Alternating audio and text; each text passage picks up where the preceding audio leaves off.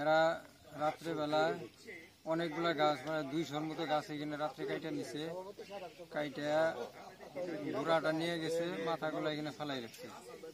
যারা এই কাজগুলা রাত্রেবেলায় করতে পারে এরা হলো ডাকাতের মতোই বড় ডাকাত। যদি গাছই নিরাপদে না থাকে তাহলে আমরা রাত্রে গাছ বাড়িতেই কেমন নিরাপদে থাকবো? না, ভয় বাইরে নেই। আমি ভয় বেরোনো অসুস্থ মানুষ, ভয় বেরোনো মেরে ফেলা কোনো করে না, বাচ্চা নোটপাটকে ডাকাত টুকাতে হয়, এই জন্য আমি বাইরে না। সরকারি প্রাথমিক বিদ্যালয়ের সহকারী শিক্ষক আমি বাড়িতে থাকি না, শুধু আমার মা বাড়িতে থাকে। গত রাতের আধারে দুর্বৃত্তরা এসে আমার এখানে প্রায় 2 শতাধিক গাছ কেটে নিয়ে গেছে। পাচ্ছেন যে একটা রাস্তা আছে, সরকারি রাস্তা, ইউনিয়ন পরিষদের রাস্তা, এই রাস্তাকে প্রসারিত করার জন্য আমার পাশে জমির মালিক জোয়ারদার সাহেব আমাদেরকে বিভিন্নভাবে হুমকি টুমকি দিচ্ছে। আমার ছোট ভাইদেরকে বলছে যে রাস্তা বাড়াই না দিলে সে ব্যবস্থা নিবে। আর তার যে ওই লোকজন আছে যারা একটু দেখাশোনা করে, তারা বারবার হুমকি দিচ্ছে। আমি মনে করি যে এর সূত্রতেই গাছগুলো কাটা হয়েছে। যে যদি তোমরা রাস্তা না দাও, জায়গা না দাও, আমরা দেখে নিব।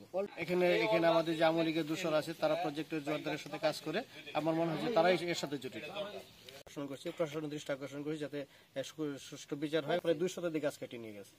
আমি আজকের এই মোতালেব মাস্টারের যে গাছ কাটার বিষয়টা, এই বিষয়টাকে রাতের অন্ধকারে সত্যতা সাধন করার জন্য এখানে কোনো প্রজেক্ট জড়িত কিনা আমরা জানি না, তবে জড়িত থাকলে এটা প্রশাসনের দৃষ্টি আকর্ষণ করছি এবং এই ঘটনার জন্য গাজীপুর বিএনপির পক্ষ থেকে আমি তীব্র নিন্দা জ্ঞাপন করছি।